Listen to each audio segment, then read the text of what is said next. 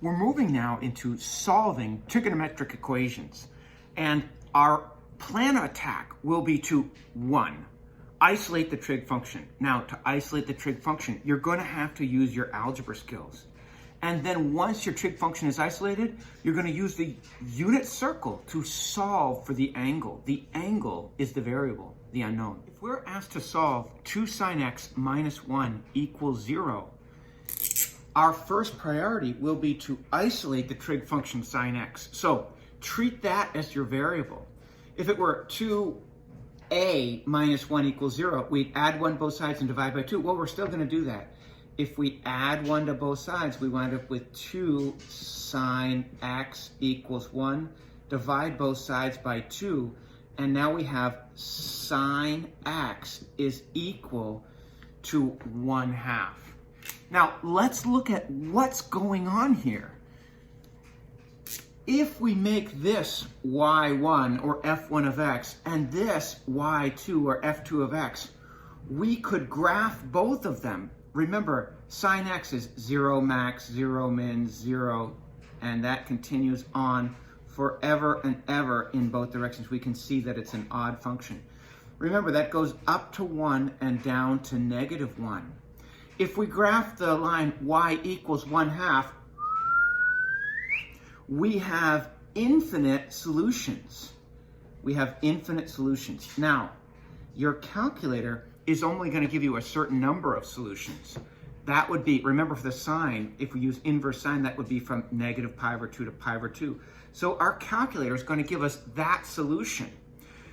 Well, how do we convey that solution when there's infinite solutions? Well, if I take this answer and I add 2 pi, I get the next solution there.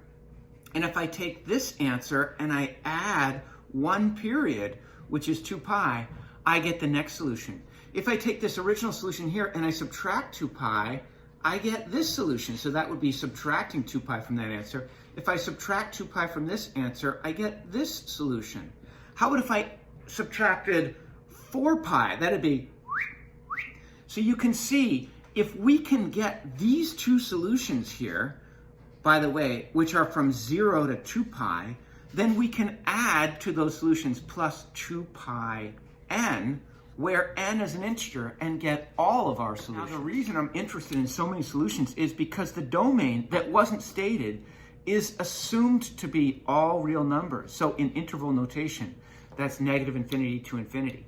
So we've isolated sine x. Of course, the next step would be that x is equal to inverse sine of 1/2. That's what we would do, and that would give us one solution. But we're not going to do that, even though we're looking for the angle, because we want those two solutions from, you guessed it, 0 to 2 pi. This is where the unit circle comes into play. Notice, sine is positive. Sine of an angle is a ratio. Guys. They've given us the ratio. We have to know that the ratio for sine is opposite over hypotenuse. And on the unit circle, we're talking about the y because it's y over 1. So all students take calculus. Where is sine, the y positive? Here and here. So I know I'm going to have angles in the first quadrant and the second quadrant. Now, they're telling us that the y is 1/2. So I make this a unit circle. That's what they're telling us. Or you could say opposite over hypotenuse is 1/2. Well, that forces this to be √3/2 and -√3/2. What's most important is that I figure out that this angle here is pi/6. That's across from the 1/2. And this reference angle here is pi/6. So I have two solutions. X, the angle in the first quadrant, is pi/6. And x, the angle in the second quadrant, well, by the way, here is pi. That's 6 pi/6. So I'm going to go all the way to almost 6 pi/6, but I'm going to back it up 1 pi/6. So my answer is 5 pi/6.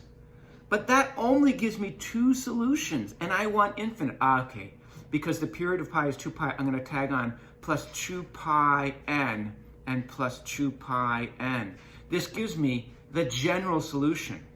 By the way, n is an element of the integers. I got to make that statement because I'm introducing n, and we don't know what n is until we have that.